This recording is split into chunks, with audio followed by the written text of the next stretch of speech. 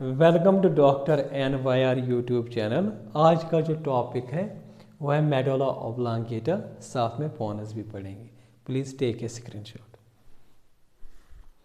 सबसे पहले हम देखेंगे मेडुला ऑब्लांगेटा क्या होता है। जो हमारा ब्रेन होता है इसका सिस्टम होता है, और वो जो सिस्टम जो होता है ब्रेन का वो बना होता है तीन ब्रेन के पार्ट से। एक होता है मेडुला, या शॉर्ट में इसको मेडुला ही बोलते हैं। दूसरा जो होता है सेरेबेलम होता है। तीसरा होता है पोन्स। ये जो तीनों पार्ट्स होते हैं ब्रेन के, इनको कलेक्टिवली बोलते हैं ब्रेन सिस्टम। ठीक है ना। तो ये जो मेडुला ऑब्लांगेटा जो होता है ये कनेक्टेड रहता है हमारे स्पाइनल कॉर्ड के साथ, कंटिन्यूअस होता है।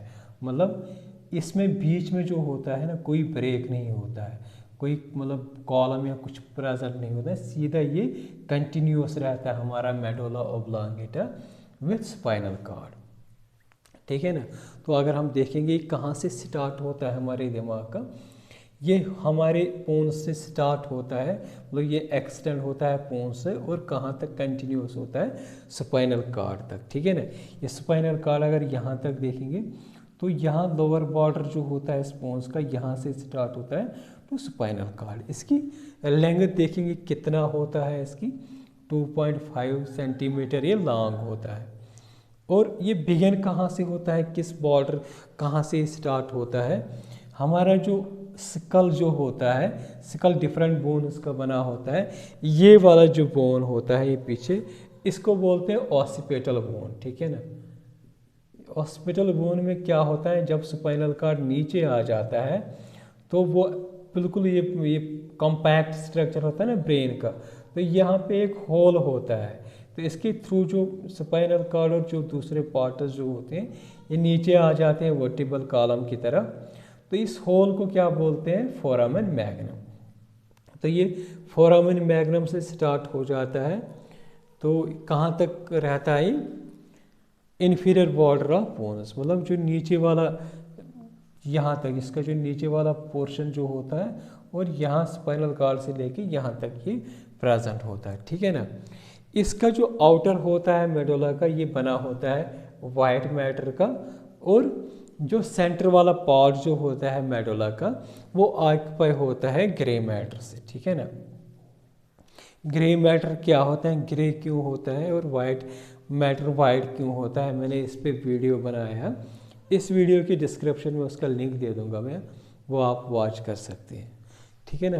तो इसके बाद जो अगर हम देखेंगे फंक्शंस क्या होते हैं मेडुला का, मेडुला में कुछ इम्पॉर्टेंट सेंटर्स होते हैं। सेंटर्स का मतलब क्या होता है, ये न्यूरॉन्स से ही मतलब कुछ कलेक्शन होती हैं, न्यूरॉन्स का ग्रुप रहता है। तो वो क्या करते हैं, वो सेंटर्स जो होते हैं डिफरेंट फंक्शंस मतलब परफॉर्म करते हैं। तो उन सेंटर्स को कौन कौन से वो सेंटर्स होते हैं, कार्डियोवैस्कुलर सेंटर। जैसे हमने हार्ट में पढ़ा था, हार्ट मसल्स जो होते हैं वो क्यों कंट्रैक्ट होते हैं, क्यों वो रिलैक्स होते हैं, क्योंकि हमारे मेडुला में एक सेंटर रहता है, उस सेंटर का नाम क्या होता है, कार्डियोवैस्कुलर सेंटर। इसका काम क्या होता है कार्डियोवैस्कुलर सेंटर का, ये हमारी हार्ट रेट और साथ साथ जो फोर्स ऑफ हार्ट बीट जो होता है उसको रेगुलेट करता है। ठीक है ना। बहुत इंपॉर्टेंट फंक्शन होती है ये हमारे मेडुला ऑब्लांगेटा का। दूसरा इम्पॉर्टेंट फंक्शन होता है जो हमने breathing and exchange of gases में पढ़ा था, वहाँ पे हमने देखा था, एक टॉपिक हमने पढ़ा था वहाँ पे, जो ब्रीथिंग का जो होता है उसकी रेगुलेशन हमने देखा था। तो उसमें जो इम्पॉर्टेंट सेंटर जो होता है ब्रीथिंग सेंटर्स, या हम इसको बोलते हैं रेस्पिरेटरी मेडुलरी रेस्पिरेटरी सेंटर। ठीक है ना। तो ये भी कहाँ पे प्रेजेंट होता है, ये भी हमारे मेडुला में प्रेजेंट होता है। तो इसका काम क्या होता है, जो हमारी ब्रीथिंग और एक्सचेंज ऑफ गैसेस जो होती हैं उसको परफॉर्म करना। तो हमने पढ़ा था वहाँ पे इंटरकोस्टल मसल होता है, फिर डायफ्राम होता है, उसको कैसे ये रेगुलेट करता है, फिर हमारी ब्रीथिंग हो जाती है। तो उस पर वो हमने ऑलरेडी पढ़ा है। इसके बाद जो होता है, इस मेडुलरी रेस्पिरेटरी सेंटर के अलावा हमारा जो मेडुला जो होता है, जैसे हमारी वोमिटिंग का रिफ्लेक्सेस होते हैं, वोमिटिंग जो होती है तो उसको भी ये रेगुलेट करता है। स्नीजिंग है ना, उस वो भी उसका भी यही फंक्शन रेगुलेट करता है। हमारे निगलना, हम खाना खाते हैं तो वो खाने की फंक्शन को कौन हमारा निगलने में भी हेल्प कौन करता है, मेडुला ऑब्लांगेटा, ठीक है ना। इसी तरीके से जब हम कफ करते हैं या हिकअप्स करते हैं तो जैसे ये चीज़ें जो होती हैं मतलब कफ होता है या हिकअप्स हिचकियाँ होती हैं तो वो भी हमारे ब्रेन का कौन सा पार्ट वो परफॉर्म करता है, मेडुला ऑब्लांगेटा। इसके साथ साथ जो होता है कुछ नर्व्स होते हैं जिनको बोलते हैं क्रैनियल नर्व्स। नर्व्स दो तरह के होते हैं, नर्व्स दो तरह के होते हैं। कुछ नर्व्स जो होते हैं हमारे स्पाइनल कॉर्ड से निकलते हैं, तो जो नर्व्स हमारे स्पाइनल कॉर्ड से निकलते हैं उनको बोलते हैं स्पाइनल नर्व्स, ठीक है ना, उनको बोलते हैं स्पाइनल नर्व।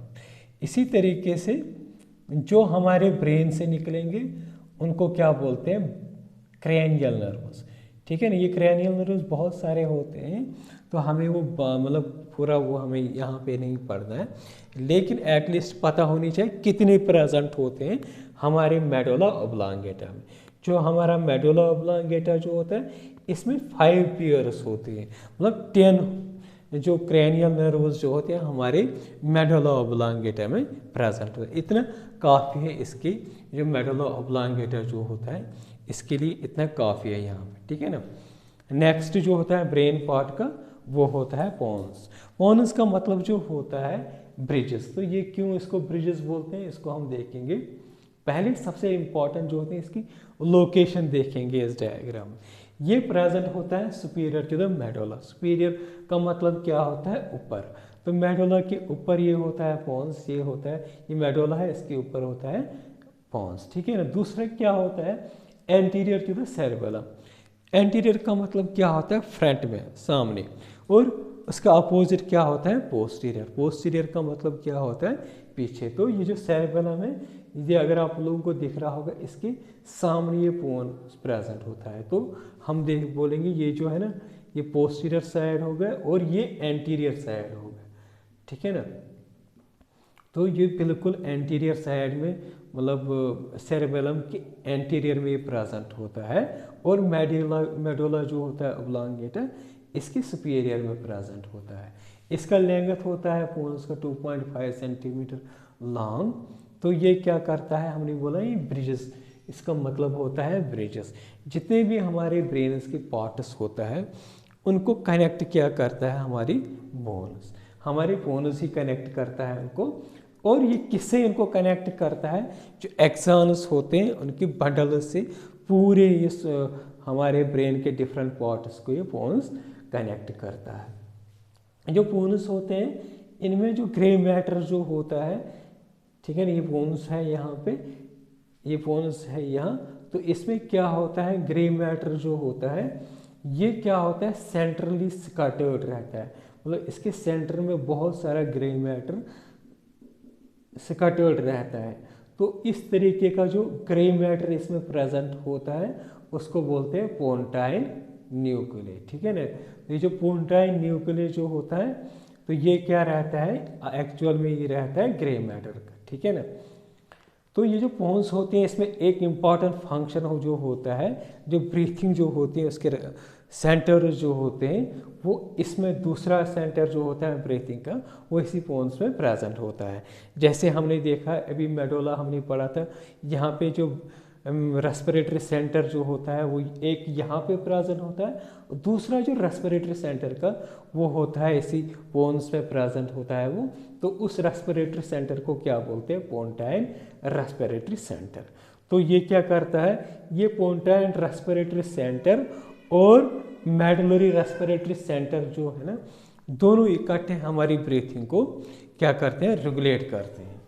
इसके अलावा जो पोन्स जो होते हैं इसमें 4 पेयर्स रहते हैं, ये 4 लिखा मैंने यहाँ पे, 4 पेयर्स रहते हैं किसके, क्रैनियल नर्वस। जैसे मेडुला में हमने पढ़ा था इसमें 5 पेयर्स रहते हैं क्रैनियल नर्वस का, और जो पोन्स रहते हैं इनमें 4 पेयर्स रहते हैं और वहाँ पे 5 पेयर्स रहते हैं, ठीक है ना। नेक्स्ट हम लेक्चर में हम पढ़ेंगे सेरेबेलम को। अगर आप लोगों को हमारा ये वीडियो अच्छा लगा होगा प्लीज़ इस चैनल को सब्सक्राइब कर दीजिएगा, वीडियो को लाइक एंड शेयर कर दीजिएगा। Thank you very much.